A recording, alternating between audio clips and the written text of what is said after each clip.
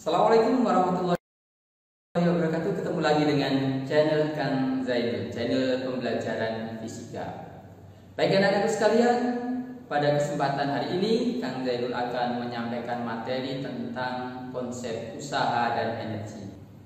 Konsep ini tentu sangat akrab di telinga kita tentang diksi usaha dan energi. Nah, apakah seperti yang kita bayangkan konsep usaha dan energi seperti dalam kehidupan sehari-hari, atau ada penjelasan yang lain? Mari kita simak penjelasan konsep usaha dan energi berikut. Meraih medali perak di Olimpiade Rio Janeiro, de Janeiro. Perunggu di Beijing, perunggu di London. Tampak tenang, rileks. Fokus kok, yakin.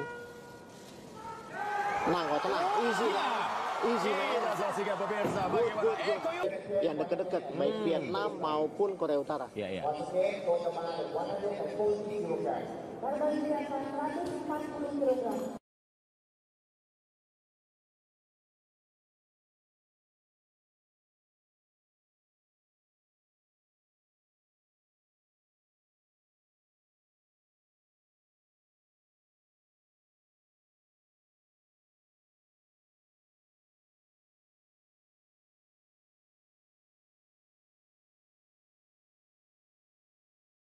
Baiklah, mari kita simak konsep usaha dan energi dalam arti fisika.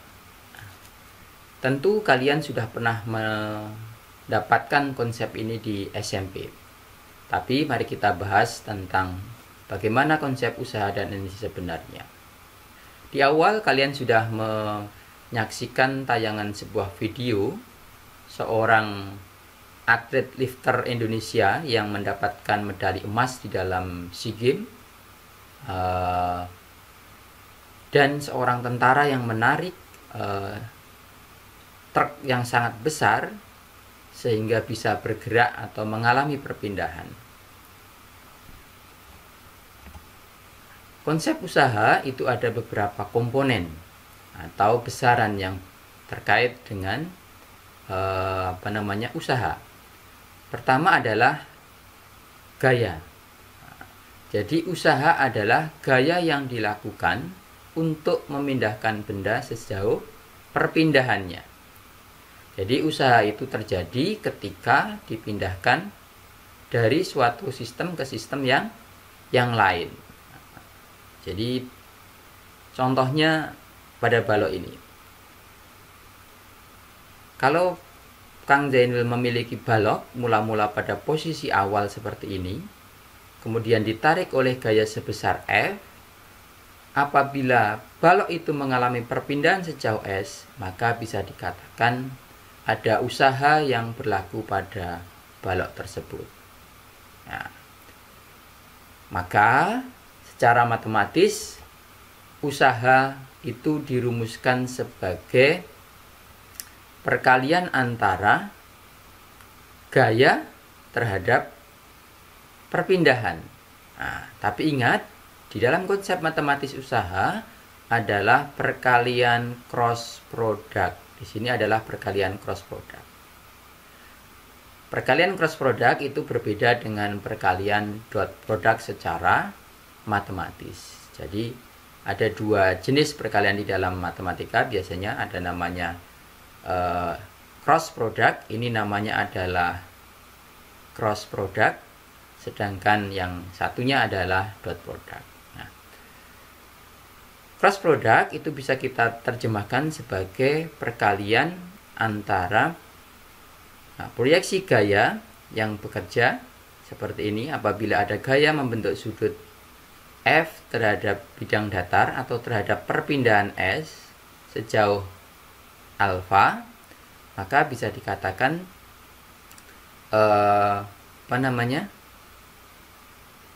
besar usahanya menjadi bukan F kali S, tetapi F cos alfa kali S. Atau dengan kata lain bisa dikatakan F S cos alfa.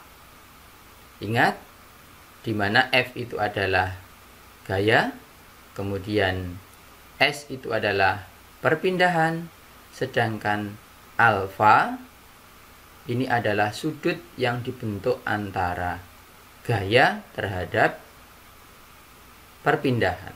Jadi alfa adalah sama dengan atau sudut antara F dan S. Nah, itu rumusan secara matematis konsep usaha dan atau seperti ini. Nah, sebelum kita ke bentuk hubungan usaha dan energi, anak-anakku tentu masih ingat tentang konsep energi. Nah, kita kembali ke sini dulu. Masih ingat pelajaran kalian di SMP tentang konsep energi?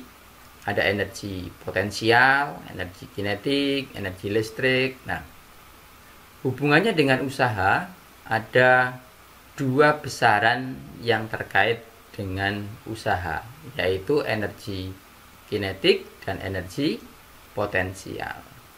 Sebelum kita ke sana, sebelum kita ke sini, mari kita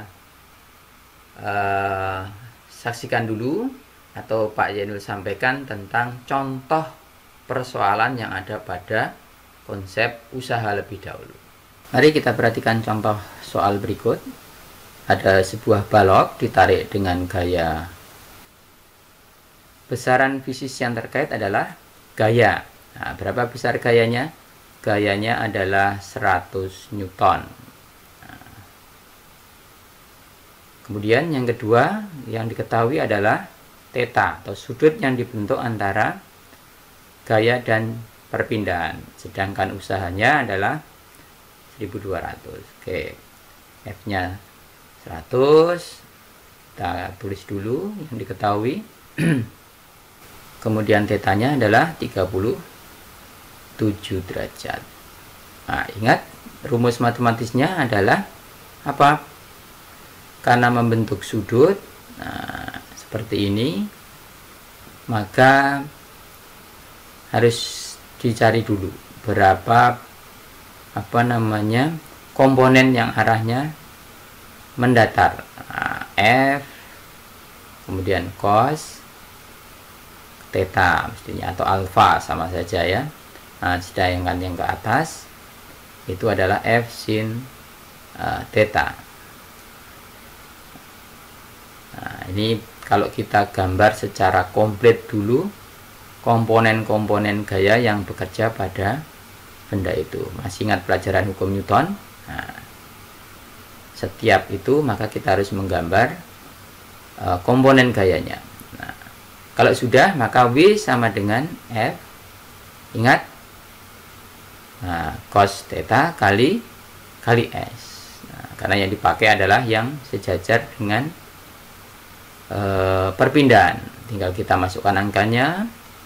W-nya 1200, gayanya 100 Newton, kemudian cos 37. Nah, mestinya ingat dengan sudut istimewa, nilai cos 37 itu adalah ingat ya, berapa? 0,8 kali S. Kemudian kita selesaikan matematisnya.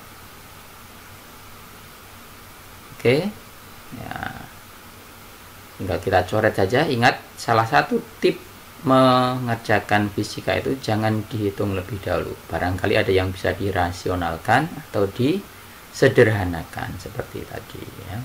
Tinggal kita coret-coret saja angka nolnya. Jadi S-nya berapa? 120 dibagi 8. Jadi mengalami perpindahan berapa? Oh, balok mengalami perpindahan sejauh 15 meter. Demikian anak-anakku contoh soal pada kesempatan hari ini.